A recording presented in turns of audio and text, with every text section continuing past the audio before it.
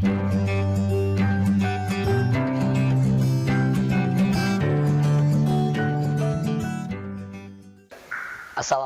warahmatullahi wabarakatuh. Pagi adik-adik, alhamdulillah bisa bertemu lagi dengan Bapak ya. Udah pada kenalkan, Bapak Jajang Nurul Huda. Pada pertemuan kali ini di kelas 11 ini kita akan membahas tentang bab yang ke-13, di mana di situ kita harus mempelajari bagaimana bercermin dari peradaban Islam pada masa kejayaan. Perkembangan ajaran Islam. Risalah Islam dimulai tahun 611 Masehi. Saat Nabi Muhammad SAW diangkat sebagai Rasul, diteruskan oleh Khulafaur Rasyidin selama kurun 632 sampai 660 Masehi. Kemudian dilanjutkan oleh Daulah Umayyah pada masa 661 sampai 750 Masehi. Dan Daulah Abbasiyah selama masa 750 sampai dengan 1258 Masehi. Disitulah perkembangan ajaran Islam, sehingga umat Islam mencapai puncak kejayaan di masa Khalifah Abdurrahman Ad-Dakhil. Kapan? Pada masa 756 Masehi sampai dengan 785 Masehi. Dan Khalifah Harun Ar-Rasyid, kemudian di masa itu hanya ada dua negara superpower barat ya, berkedudukan di Cordova, Spanyol, dan timur yang berkedudukan di Baghdad atau Irak. Nah, keduanya sama-sama negara Islam yang mampu membawa kemakmuran dan kesejahteraan Islam, mampu mengungguli peradaban lain sekaligus menyelesaikan berbagai problematika yang terjadi pada waktu itu. Di bidang peradaban dan ilmu pengetahuan, umat Islam pernah berjaya selama kurang lebih 7 abad, antara abad ke-7 ya hingga abad ke-13. Di situ jaya. Kejayaan tersebut membuahkan kemajuan baik di bidang pendidikan, peribadahan, perekonomian, pertanian, kedokteran, dan lain sebagainya. Semua yang dicapai umat Islam ketika itu tercatat dalam lembaran sejarah dunia sampai saat ini. Bahkan hasil yang dicapai bangsa Barat atau Amerika Utara dan Eropa Barat saat ini tidak lepas dari sumbangan besar umat Islam. Lanjut ya, itu harus kita ketahui mana faktor yang mendorong kemajuan peradaban umat Islam. Ada faktor yang mendorong, diantaranya faktor intern, bahkan ada faktor ekstern, dari dalam, dari luar. Nah, yang intern konsisten, istiqomah, umat Islam pada ajaran Islamnya itu sangat kuat. Itulah yang mendorongnya. Ajaran Islam mendorong umatnya untuk maju lebih baik dari umat yang lalu. Kemudian Islam juga sebagai agama dakwah sekaligus keseimbangan dalam menggapai kehidupan dunia dan ukhrawi ya, dunia akhirat. Dan yang terakhir dari faktor intern tersebut adalah Islam sebagai rahmah ya, rahmat bagi seluruh alam. Lalu mana yang dari faktor ekstern? Berpindahnya para ilmuwan dari orang non-Arab, Persia, Yunani, dan lain-lain. Kemana? Ke Baghdad untuk menerjemahkan buku-buku ke dalam bahasa Arab. Kedua, penguasa atau khalifah memberikan peluang kepada orang-orang non-Arab atau kaum mawali untuk menduduki jabatan. Ketiga, kemajuan ekonomi, munculnya industri-industri dan pandangan-pandangan sampai ke dunia luar. Dan yang terakhir, adanya kestabilan atau stabilitas politik yang sangat kondusif. Itu diantaranya. Nah, lalu bagaimana nih adik-adik perkembangan ilmu pengetahuan? Karena banyak, ada yang dinamakan filsafat Islam. Apa sih? Sistem berpikir yang sangat jernih, segala sesuatu berdasarkan ajaran Islam yang tertuang dalam Al-Quran, dibantu dengan Al-Hadis. Kemudian tujuan Islam mengajarkan berpikir melalui filsafat. Harus ada psikolognya, ilmu yang terbayang dalam pikirannya masing-masing. Mana agar setiap muslim memiliki wawasan yang luas, menyeluruh, teratur dan terpadu. Maka di situ disediakan. Yang kedua, selalu bertanya dan dapat menghargai pendapat orang lain. Malu bertanya sesat di jalan, harus banyak bertanya adik-adik.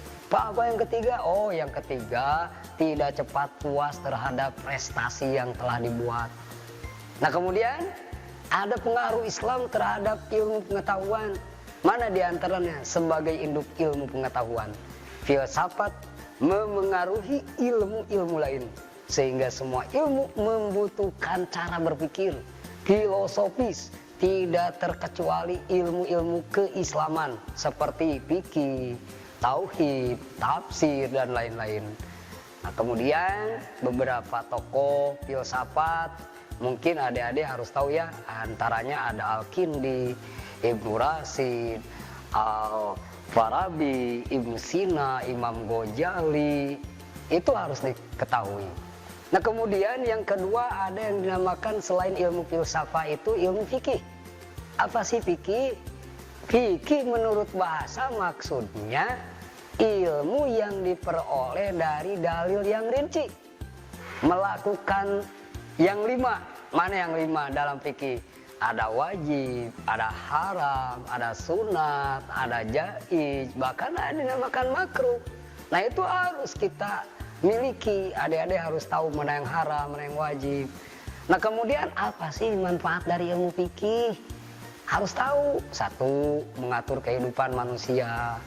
Yang kedua, memudahkan manusia dalam menjalankan tugasnya, beribadah kepada Allah. Yang ketiga, tercapainya pribadi muslim yang baik, sehingga membuahkan masyarakat dan bangsa yang baik pula. Nah, kemudian selain pengertian fikih, manfaat fikih, ada juga beberapa tokoh dalam ilmu fikih. Para fuqaha istilahnya ya, Imam Hanafi, Imam Maliki, Imam Syafi'i, Imam Hambali dan lain sebagainya. Ilmu filsafat, ilmu fikih, ada ilmu tasawuf. Apa sih tasawuf? Ilmu yang membahas mengenai tata cara penyucian diri dari segala sifat tercela, sehingga dapat berhubungan dengan sedekat mungkin bagaimana kita berhubungan dengan Allah. Apalagi untuk menempuh ajaran tasawuf, seseorang itu harus menempuh beberapa hal. Nah, latihan tahap-tahap tertentu. Mana diantaranya? Bertaubat, juhud, waro, sabar. Itu harus dimiliki. Qanaah, ridho atas ketentuan Allah, supaya kita bisa mendekat diri kita kepada Allah. Ada tokoh? Ada tokoh dari ilmu tasawuf, diantaranya Imam Al-Ghazali, Rabi Al-Adawiyah, Abdul Farid Junun, Al-Misri, Abu Yazid, ya, itu diantaranya. Nah, yang keempat, ada juga masalah ilmu kedokteran. Tidak ketinggalan Islam. Harus tahu ya, mana yang dinamakan ilmu kedokteran? Ilmu yang membahas tata cara memelihara tubuh agar tetap sehat, berfungsi dengan baik, serta tata cara yang tidak tercela, ya, penanggulangan supaya kita bisa beribadah kepada Allah harus disertai dengan adanya sehat jasmaninya, selain butuhnya kita sehat rohaninya. Ajaran Islam tentang pemeliharaan tubuh ada dikaitkan dalam kandungan-kandungan Al-Quran. Bahkan di situ kita harus istirahat yang cukup, jangan membebani tubuh di luar batas kemampuan, makan dan minum harus teratur, berolahraga. Nah, kemudian kita juga harus menjaga dengan adat istiadat kita, berobat jika kita terjangkit penyakit. Nah, kemudian adakah tokohnya dalam kedokteran? Banyak. Hunain bin Ishaq, Abu Bakar Muhammad Az-Zakaria Ar-Razi, Ibnu Sina, Ibnu Rasyid, Abu Marwan, Abdul Malik, Abdul Qasim, Al-Jahwari dan lain sebagainya. Itu yang keempat. Kemudian yang kelima yang dinamakan ilmu sejarah. Nah, ada yang di istilahnya kalau kata presiden pertama kita, bahasanya di situ tentang sejarah jas merah, jangan sesekali melupakan sejarah. Nah, ada ilmu sejarah. Ilmu sejarah itu ilmu yang mempelajari tentang berbagai peristiwa masa lampau yang meliputi waktu, tempat, pelaku, dan sebab-sebabnya yang disusun secara sistematis. Adakah tokohnya? Ada banyak. At-Tabari, Ibnu Qutaybah, Ibnu Khaldun, dan lain sebagainya. Nah, kemudian yang keenam, ilmu geografi. Apa sih ilmu geografi? Ilmu yang mempelajari pelihar keadaan suatu daerah dengan segala kekhasannya. Ada khasnya apa, di situ dipelajari dalam ilmu geografi. Adakah manfaatnya? Mengenai tentang ilmu geografi, tentu mengenal potensi sumber daya alam yang dapat dieksplorasi untuk kemaslahatan bersama. Kemudian selain itu menggugah ketakjuban ya akan keagungan Sang Pencipta, yaitu Allah Subhanahu wa Ta'ala, yang patut kita syukuri. Yang ketiga, berguna bagi para perancang pembangunan di suatu kawasan. Ada dua lagi nih. Yang ketujuh, ilmu geometri. Apa ilmu geometri, Pak? Ilmu geometri itu ilmu yang membahas tentang sifat-sifat garis, sudut, bidang, dan ruang. Nah, mana? Adakah tokoh-tokoh muslim di bidang geometri? Ada. Al-Khawarizmi, Abu Abbas, Al-Fajai, An-Niraiji, Ali Al-Hasan, Ibnu Haytham, bahkan banyak lain sebagainya. Nah, yang terakhir kita menginjak kepada pembahasan tentang ilmu kesenian. Orang yang punya seni itu insya Allah akan mengangkat derajatnya di hadapan Allah. Karena kesenian itu bukan hanya sekedar duniawi. Mana buktinya? Nih, seni adalah ungkapan jiwa yang paling dalam, sehingga menimbulkan suatu dan suasana yang menyenangkan. Makanya orang yang seni itu tidak bisa dipaksa. Tidak bisa, karena itu timbul dari jiwa, ada kesenangan tersendiri ya. Kemudian manfaat seni apa? Adakah manfaatnya? Banyak. Kita ambil dua saja ya. Yang satu, memberikan semangat dalam kehidupan untuk mencapai sesuatu yang menyenangkan. Kedua, memberikan sentuhan dalam kepribadian sehingga melahirkan budi pekerti yang baik. Nah, selanjutnya kita akan mencoba untuk mempelajari tentang pusat-pusat peradaban Islam pada abad pertengahan. Baghdad nih diantaranya. Kota Baghdad didirikan oleh Khalifah Abbasiyah kedua, Al-Mansur. Kemudian pada tahun 762 Masehi di situ didirikan. Bahkan Baghdad berarti punya arti taman keadilan, artinya ya. Taman ini lenyap bersama hancurnya kerajaan Persia, tetapi nama itu tetap menjadi kenangan rakyat. Nah, sejak awal berdirinya kota inilah sudah menjadi pusat peradaban dan kebangkitan ilmu pengetahuan dalam Islam. Itulah sebabnya kenapa Philip Khiti menyebutnya sebagai kota intelektual. Nah, disebut intelektual kota ini. Menurutnya, di antara kota-kota dunia, Baghdadlah yang merupakan profesor masyarakat Islam. Al-Mansur memerintahkan adanya penerjemahan buku-buku ilmiah dan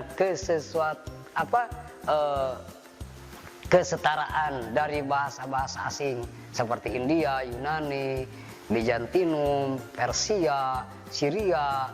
Nah, sehingga para peminat ilmu dan kesetaraan segeralah berbondong-bondong untuk datang ke kota itu, yaitu kota Baghdad. Nah, kemudian ada Kairo. Kairo ini adalah kota dibangunnya pada tanggal 17 Sya'ban di 358 Hijriah atau 969 Masehi. Oleh siapa? Oleh panglima perang dinasti Fatimiyah. Atas perintah siapa? Perintah Khalifah Al-Mu'izz lidinillah. Ya, di sini wilayah kekuasaan dinasti Fatimiyah meliputi Afrika Utara, Kiflia, Syria.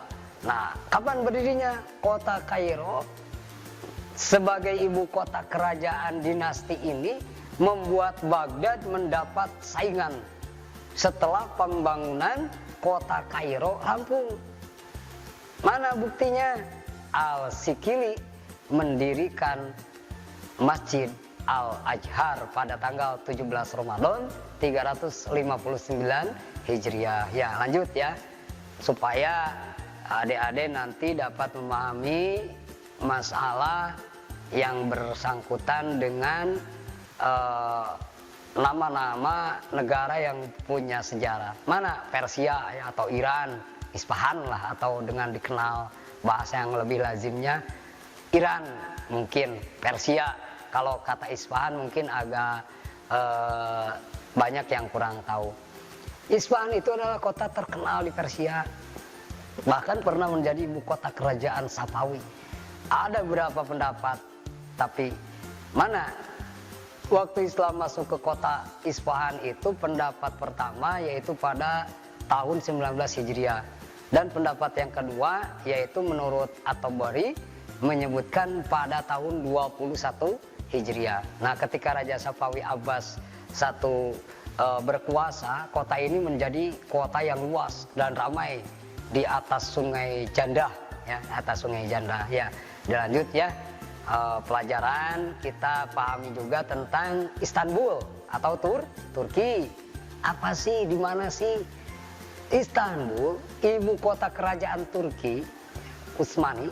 Kota ini sebelumnya merupakan ibu kota kerajaan Romawi Timur yang bernama Konstantinopel ya, pada masa jayanya. Kerajaan Romawi Timur dapat dikatakan sebagai sebuah negara aditya yang hanya dapat disaingi oleh kerajaan Persia. Nah, Muhammad Al-Fatih mulai melakukan penataan, yaitu memberikan kebebasan kepada Kristen Yunani, Romawi, ya, dalam menjalankan agamanya. Nah, hal yang sama juga berlaku bagi penganut agama Yahudi. Setiap agama mempunyai komunitasnya sendiri yang disebut Miller. Nah, tahu? Ya, Miller ya. Kemudian Delhi, India ya, India. Delhi atau India, ibu kota kerajaan Islam di India itu sejak tahun 608 Hijriah sebagai ibu kota kerajaan Islam. Delhi juga menjadi pusat kebudayaan yang peradaban Islam di mana? Di India. Nah, kota ini terletak di mana? Di pinggir sungai. Sungai apa? Nah, Sungai Jamna katanya ya dalam pelajaran ini.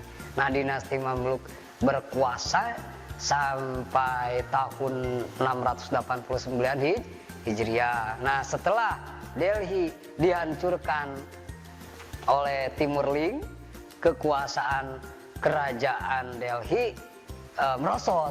Baru kemudian ketika Humayun ya pada abad yang keberapa itu ke-15 kalau nggak salah 1530 atau 1556 Masehi, seorang raja Mughal yang cinta ilmu pengetahuan wafat, dan dia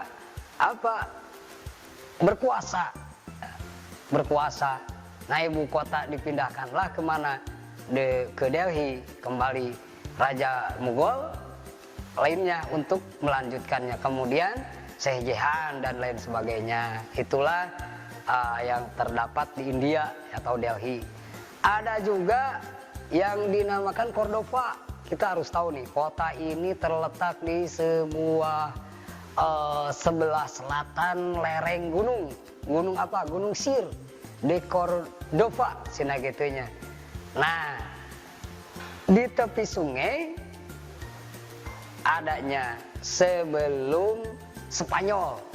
ditaklukkan oleh tentara Islam tahun 711 Masehi. Itulah Cordova. Sebagai ibu kota pemerintah Cordova mengalami perkembangan yang sangat pesat. Di sebelah barat jembatan berdirilah istana Al-Qajar. Nah, kemudian Cordova sendiri menjadi pusat ilmu pengetahuan di kota ini. Berdiri ya Universitas Cordova. Yang ketujuh, ada juga harus kita ketahui tentang Granada. Granada itu di mana? Nah, Granada terletaknya di tepi sungai juga. Sungai apa? Sungai Genil. Di kaki Gunung Sierra, ya, Nevada, berdekatan dengan pantai laut Mediterania. Harus tahu ya, Laut Tengah, itu Laut Tengah ya dihitungnya. Nah, pada kapan terjadinya? Pada abad ke-12. Granada menjadi kota terbesar sedunia, bahkan di situ mengalahkan Spanyol. Kota ini dikelilingi oleh tembok-tembok, penduduknya terdiri atas bangsa Arab, bangsa Barbar, Spanyol yang menganut 3 agama besar, yaitu agama Islam, Kristen, dan Yahudi. Lalu bagaimana dengan Transonia? Nah, ada yang dinamakan Transokia ya. Transokia itu terdapat 2 kota penting tempat peradaban Islam pernah berkembang dengan pesat, yaitu Samarkand, terletak di sebelah selatan sungai Al-Sakod. Kemudian riwayat kota Bukhara ya, sebelum Islam juga sudah panjang. Kota ini diperkirakan sudah ada ketika Iskandar datang ke sana. Di Bukhara terdapat makam yang dikunjungi orang hingga sekarang, yaitu makam Baha ad-Din al-Naqsabandi yang wafat pada abad ke-8 Hijriah. Nah, itu ya. Dan ada juga yang dinamakan dari kesekian banyak negara tersebut mungkin ada pengaruh peradaban Islam abad pertengahan terhadap kemajuan di Eropa. Itu seperti apa? Kemajuan Eropa yang terus berkembang hingga saat ini banyak berhutang budi pada khazanah ilmu pengetahuan Islam yang berkembang pada abad pertengahan.